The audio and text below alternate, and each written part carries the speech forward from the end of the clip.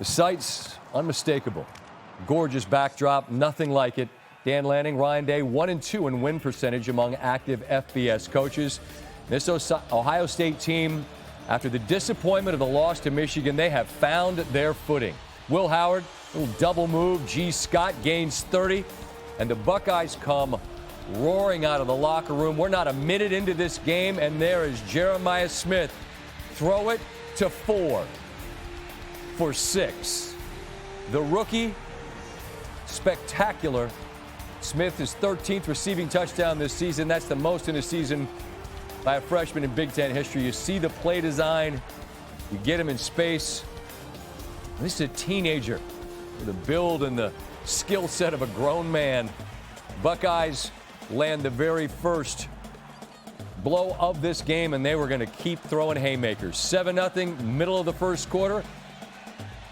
Emeka Egbuka, play the fight song again. Scarlet and Gray up 14-0. Incredible concentration as that's actually deflected by the Duck defender. That's the largest deficit of the season. It would get worse in a hurry. It's now 17-0. Oregon, realizing that they are up against it, they go for it on 4th and 3, and that silver bullet defense, those talented defenders in the secondary, they knock away Dylan Gabriel's pass. Off the turnover on downs, Howard from a clean pocket. Smith again alone in the secondary, and the Buckeyes are rolling. How do you lose this guy all alone on that famed and immaculate turf in Pasadena? And he hits the Ronaldo celly. They get the ball back. Travion Henderson. The speed you can see, and he's gone. It's 31-0. The unbeaten one-seeded Ducks, who had knocked off Ohio State earlier this year by a point, now trail by 34. This Ducks team came in averaging 36, trying to get something going. Gabriel hits Trayshawn Holden, gain of 44. Lanning rolls the dice, kind of has to. 3 points isn't going to do any good. So with 3 seconds on the clock, they go for 6 and get it. Holden plus the 2-point conversion. It's 34-8. Ducks trying to add to that and continue this long climb uphill. Terrence Ferguson, talented receiver in this Duck offense, has them driving. And then it's Noah Whittington. He's in the pile of people, and that's a touchdown, 34-15. Later in the third, same score. Buckeyes trying to get back into the end zone, and there's Smith again, who had 7 catches for 187 yards and 2 touchdowns, and Ohio State able to answer back. There goes Henderson again, working his way into the end zone, and Duck fans had an exasperated expression throughout. Late third, Gabriel is bottled up. Lathan Ransom there for the sack. 8 sacks in a Rose Bowl game. And the Buckeyes are rolling on to the college football playoff semifinals. We came out and we played angry. And I think, it showed. And we jumped out to an early lead, and it was hard for them to come back. And we knew they were going to come back and do something. They're too good of a team to not score any points. We knew they were going to, mount some sort of a comeback. It wasn't going to be perfect. So we just had to weather the storm and make sure that we won the game when it counted. You made some comments earlier in the week that people couldn't cover you. What does it feel like to actually back it up the way you did tonight? I mean, if you talk it, you got to be about it. So, I just feel like nobody can guard us out here. We the best teams in the country, and I stand on that. These guys are unbelievable. They have been unbelievable all year. They're resilient.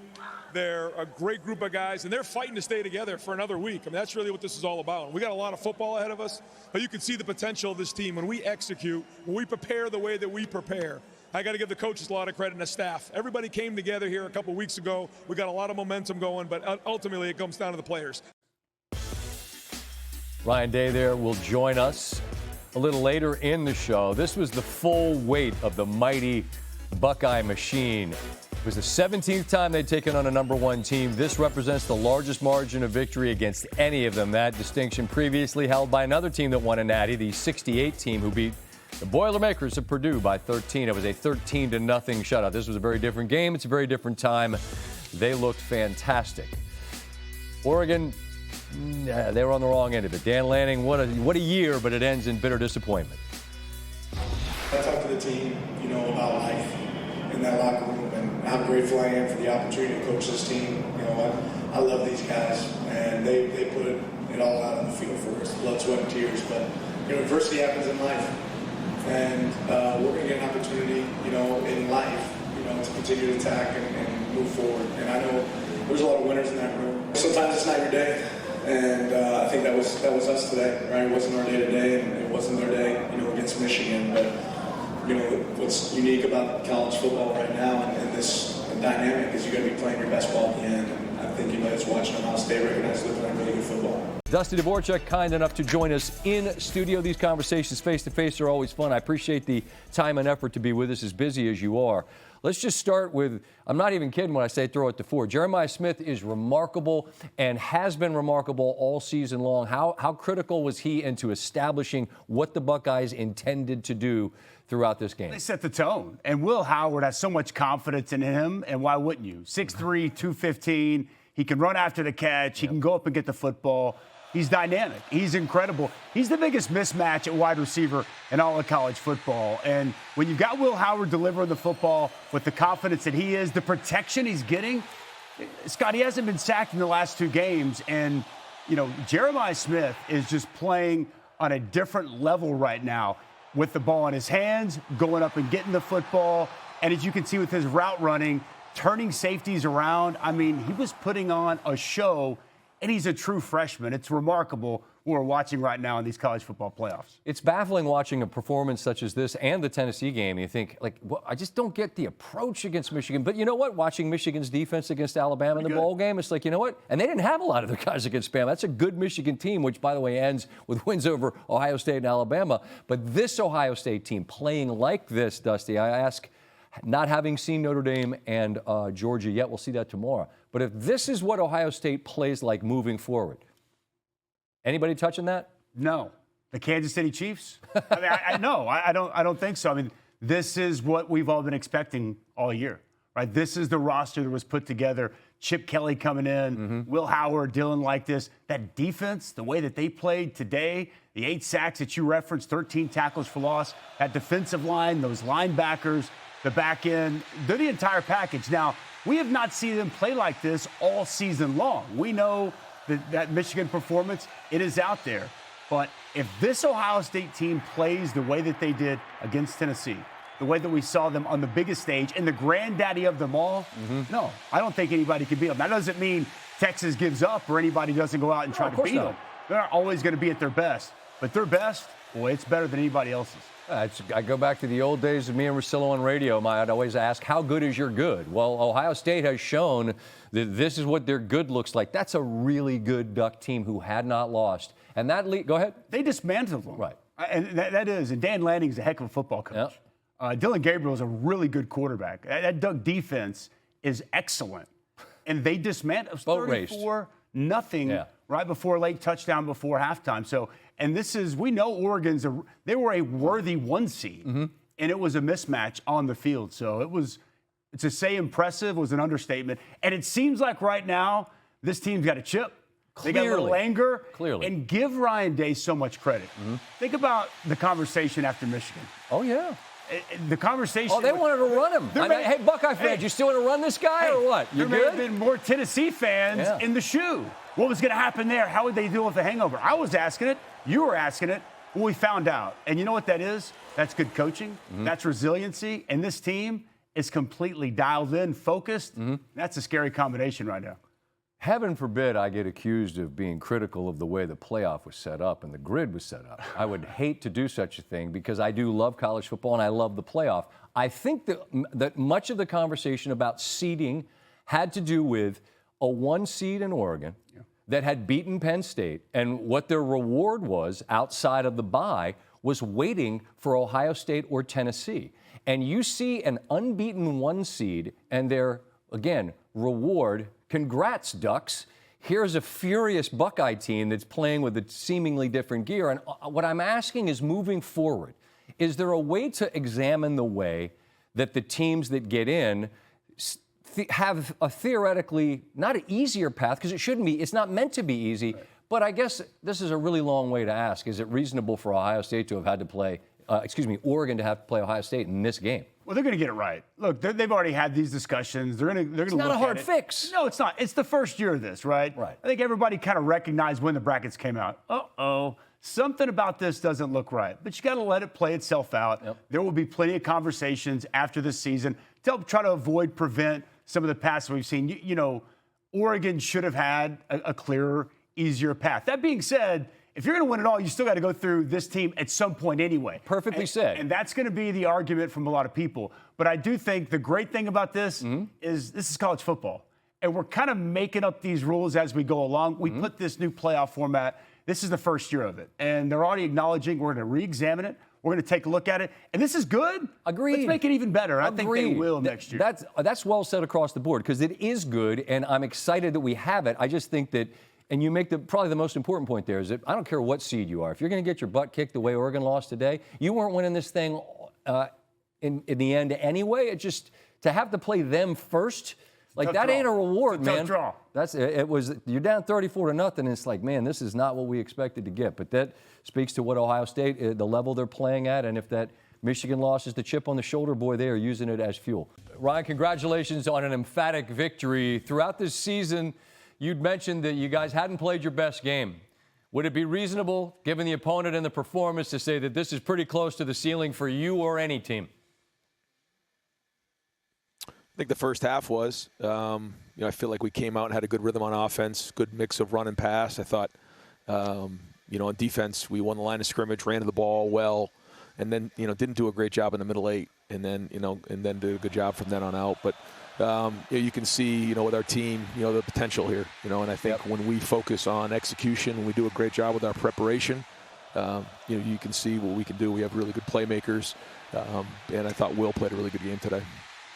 I understand and appreciate that a coach has always got something on tape that could be a little bit better, but you all were spectacular. I want to reference the defense as well. 8 sacks against an excellent offense. Silver bullets flying around, making plays all over at every level. What were you most pleased with on that side of the football, Ryan? Yeah, anytime you get 8 sacks, certainly that's huge. And then I think it was, negative yards rushing. And, anytime that happens, that's going to be one heck of a day. And, I thought we did a great job in terms of our preparation again. I thought Jim Knowles and our staff did a great job in installing a game plan against Oregon. Certainly the first time around, there's a lot of things that we came out of that game that we need to get fixed. I thought we did, and that's really what it matters. And, we really talked after the game about every day and every week until we get a chance to play these guys again, we have got to get better. And I think that happened today. A lot of respect for Oregon, the season they've had, their coaching staff, their players. We knew we had to be at our best today in order to win this game. I told you the last time we visited about texting your offensive coordinator and saying throw it to 4. I wasn't kidding. At this point, would it be reasonable, Ryan, to assume that you might just have a play call of throw it to 4? I wonder how you frame in a program that's had remarkable wide receivers what this young man is doing. I think it's easy for people to want to compare or put guys into a different box of like this guy's like him. Jeremiah's his own guy, and his work ethic and what he's done since he's been here, he's earned the respect of his teammates. But his combination of size, speed, route running ability, ball skills, body control, you just kind of checking all the boxes. And so proud of the game he had. He played his tail off, and I can say that a lot of those plays look a lot better when 4's running the routes. Yes, they do. I'll close with this. After the last game against Tennessee, you said 3 more games, and you weren't being boastful. It wasn't like you were making a guarantee. It's just the mentality. I get it. Fair to say, as I talk to you right now, that you and your group are thinking about 120 more minutes of football? Yeah, there's no question. We're usually we would stay afterwards. We're getting on a plane, headed back to Columbus. That was the plan all along, to get ready for Texas. They're a very, very good team, and we know that we're going to have our hands full with those guys and go into the Dallas to play. So we're going to enjoy this for a little while, but once that plan lands in Columbus, it's all eyes on Texas. Right on. Happy New Year. Off to a tremendous start. You and that loud, proud Buckeye Nation. You guys roar out of the gates. What an impressive victory, Ryan. I appreciate you taking a minute. Good luck the rest of the way. All right, thanks. Go Bucks. What a football game in Atlanta. The 4, Arizona State against Texas, who had knocked off Clemson in the 1 competitive and entertaining first game. There's Cam Scatterbo. I think a nation was introduced to number 4 if they weren't already familiar. It's 3-0 Arizona State. They drove nicely down the field, got some points, and then in the blink of an eye, Quinn Ewers, Matthew Golden, that's 54 yards. Sark in his bag early. Boy, this scripted stuff, just keep doing this, Texas, right? 2 plays. DeAndre Moore, 41 seconds. That's the fastest opening scoring drive for a team in the college football playoff era, 7-3. After the Sun Devils go 3 and out, Silas Bolden fields it at his 25, makes a man miss, and right about here, yeah, you could hear da-da-da, da-da-da, da-da-da-da-da-da. Sark giving some love to his guy. It's 17-3. It looked like Arizona State's going to get boat raced. But Kenny D's guys, they signed up for 60 and then some. There goes Sam Levin. Sun Devils threatening, and they drove repeatedly. But now on 4th and goal, this Texas front, whether it was against A&M, whether it was against Clemson, or here, you try to run into the heart of them, fellas, good luck. That was a 4th and 2. Scatterbo does not get there. But then the Sun Devil defense here, Shamari Simmons, difference maker.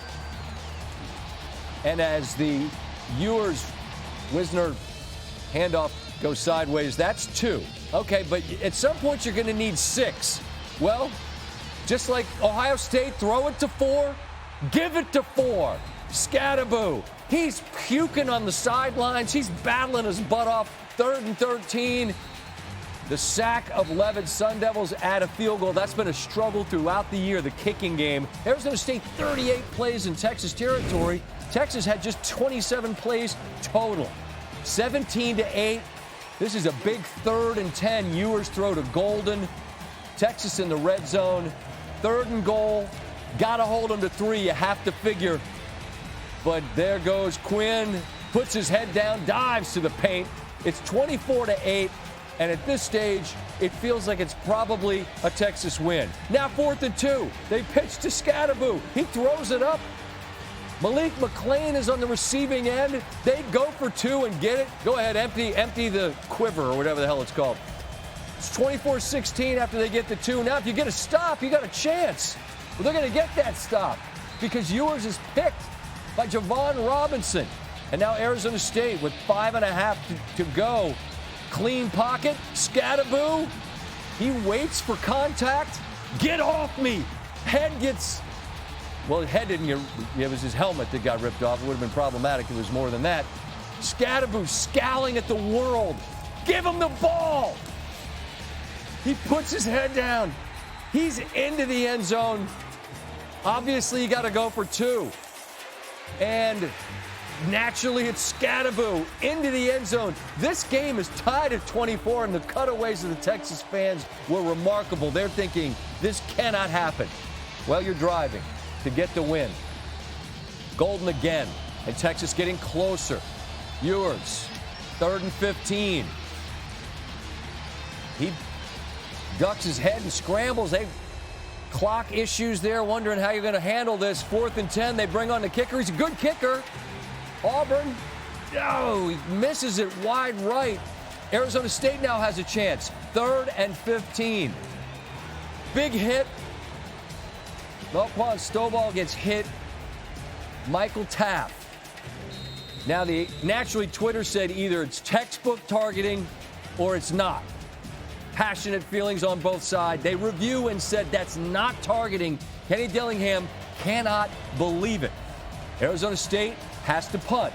That means Texas is going to have a chance. Ewers, Ryan Wingo in the middle of the field, and they are in position to walk this thing off. Sarkisian gives his guy Auburn some love. Snap, hold, kick. It's hooking, and it storks off the upright. And now we're headed to overtime. Incredible drama in Atlanta in overtime. It's 3rd and 14. Levitt, out of one tackle, out of another, puts his head down, bowls his way closer to the goal line. Next play, Scatterbo, hit at the 3, turns his back over. One of his linemen just picks him up and drags him into the end zone. That's Kyle Scott helping him out. Extra point good. It's a 7-point lead. It's 4th and 13. Ewers gotta have it. He delivers. It's Golden. How do you lose Golden in that moment and let him get deep? They tie it at 31. First play of the second overtime. That Arizona State defense may be emotionally and physically gassed. Gunnar Helm, he's an excellent, excellent playmaker. They get it and they get the 2. That means Arizona State has got to answer. Levitt looking and picked Andrew Makubu. Makuba is there, and Makuba and Texas win this absolute battle. Sark and Texas have another opportunity. His thoughts on this incredible win. What a game, and first of all, ton of credit to Arizona State, Coach Dillingham. They came to fight. They showed fight all for 4 quarters, and we knew that coming in, and boy, they exuded it. As far as this team goes that we have, I never question their resiliency. When adversity strikes, we always respond, and it struck a few times tonight. And one thing I know is our guys will be at their best when their best is needed, and we needed it there in the overtime phase, and it sure was amazing. I felt like I was watching March Madness, like an NCAA basketball tournament with all the swings going both ways. Disappointed we couldn't win the football game, but I couldn't be more proud of our guys. They battled from the beginning of the year. Like I said, I got to put our guys in better positions to win this football game. And there's many things I could have done that could have helped us do that. ASU's changed my life forever, in a good way. Simple. They've supported me through everything, put me in a position to be successful. So I thank everybody in the ASU community and Coach Dillingham and his staff and this kid next to me right here. They changed my life forever. That's really like the March Madness, man. You think about when the young men and young women have to leave the arena, boy, the palpable energy there. And we've got some stuff with Dusty that we're going to get into. I just want to start with Scadaboo. Just watching him play. What'd you think of the effort that young man put forth? Warrior. I mean, unbelievable. You said it. Left it all on the field. Everything inside of him. 284 total yards. Yeah. Running it, catching it, throwing it. Throwing up it. Whatever he needed to do to help his team win. And he, like you always say, he's not going to be denied. He was not going to be denied in this game. I have so much respect for Kenny Dillingham, that football team, the way that defense played today, the way they continued to answer the bell and fight. And the ringleader of all was Cam Scadaboo. We've seen a lot of lopsided games in this college football playoff. Yeah. Like, we needed that to kick off 2025. That was awesome. You showed the graphics, the peaks, the valleys, the swoons of that game, and just the way it all came down to the end. As college football fans, that was a great way to start the new year. And Texas earns this victory, and Texas fights, a fitting analogy or a fitting those are the words of the fight song, I guess, is what I'm trying to say. And I'm interested in this. The college overtime, thank God it didn't get to the third thing with you the 2 would have lost points. your mind, I think. I really don't like that. I'm not fond of the 2-point conversion settling a game. As it turned out, it did not. But I'm interested in this. After Ewers hits that 4th and 13, Arizona State's defense has to turn right back around and go on the field, and it's a first-place score. I mean, what's cooked into all of those moments there from what you watched? Well, and as a defensive player, that's tough. I mean, you go right back out there. You're already a little bit tired. You're a little bit defeated. You felt at that point at 4th and 13, you were going to win, and now you had to go get a stop. And are you going to bust it out? We're going to bust it out, Scotty. I watched this on TV. All right, so here's the 4th and 13. Okay. Got to have it. Let's start this thing off. And where I want to start, look at Quinn Ewers, calling, talking. Now watch the center, Jake Majors, because what do you have to do to convert on this? You got to protect. So you're going to take a look at it. We're going to have 5 coming in this simulated pressure, and we're going to drop 1 guy out. So we're going to have 5 in the pressure, okay? We're going to take a look at this, let it roll here. We're going to have 2 safeties at the top of the screen. We'll get a better look at it from the back end of this. But you got to have the pressure, and you got to give time for Quinn Ewers to protect. Okay, so as we take a look at this, it's going to roll here.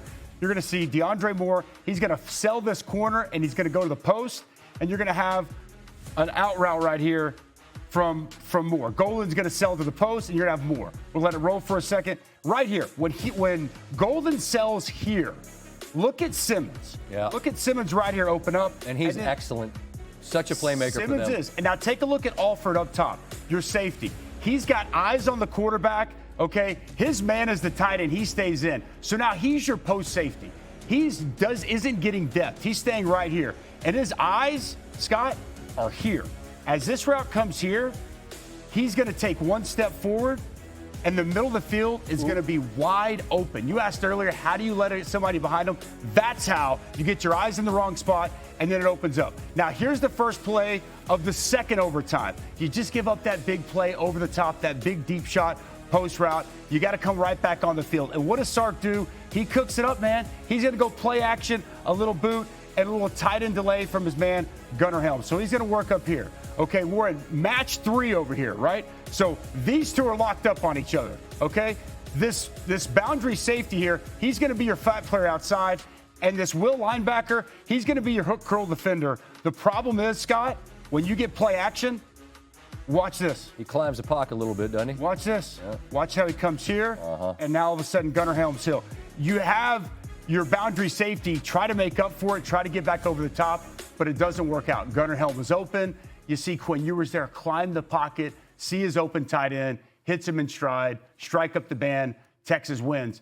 That's Steve Sarkisian in big moments, dialing up the right plays. And it's also Quinn Ewers, man, to overcome the interception that he threw in that fourth quarter, to bounce back, be able to make those throws in a big spot. I thought he stepped up big time when he had to. And they executed to perfection, backs against the wall, and they had to have it.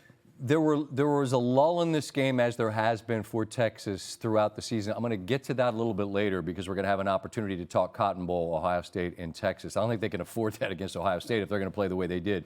But there was a play there, and we showed it in the highlight, that clearly had a whole lot of conversation around it, and that was targeting or not targeting. And I want to just get your assessment of it because this is my opinion. If that's a 1 o'clock window game between a couple of ACC or any conference or whatever, I don't care who it is, that's targeting 100 times out of 100. It wasn't in this case. What'd you see? What'd you think? I thought it was targeting. Michael Taft's a fabulous player. His story is incredible. He's second-team All-American. But I thought it was targeting in the moment. I picked up the phone. I made a few phone calls. I talked to Bill LeMonnier, who I think is one of the absolute best, works for us, ESPN, ABC, as a rules expert. And he said, verbatim, it's a defenseless player. There was an upward thrust indicator, forcible contact to the head or neck area. It's targeting. And so we heard Matt Austin on the call. He thought it was targeting. We go through these seminars before the season as analysts that call games, and we're always looking at different plays. That looked to me to be letter of the law, targeting.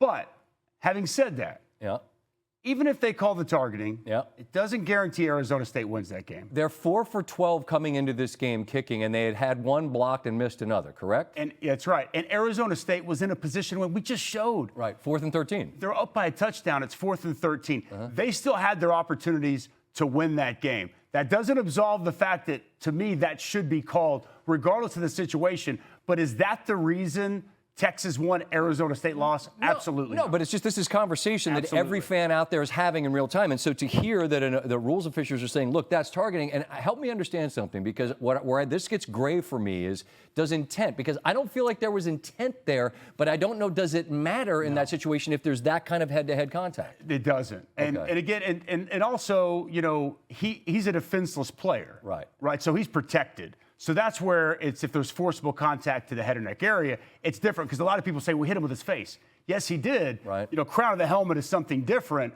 That can be, applied whenever he's not a defenseless player. You can't ever use the crown of your helmet. So, and I'm a defensive guy, man. Like, you know what I mean? Like, I'm fighting for there not to be so many targeting. Of course. And I think that the punishment is far too punitive. But in that moment, on that play, I don't know many people.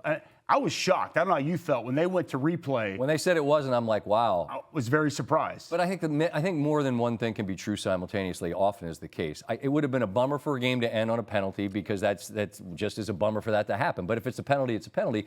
And I think cosmically, the fact that in the end it does end up in overtime, and then both teams had opportunities to win it, all things being considered, that felt like the appropriate way for this game to end, not on a call or a non-call. And Arizona State had an opportunity. They just didn't get the stop on 4th down.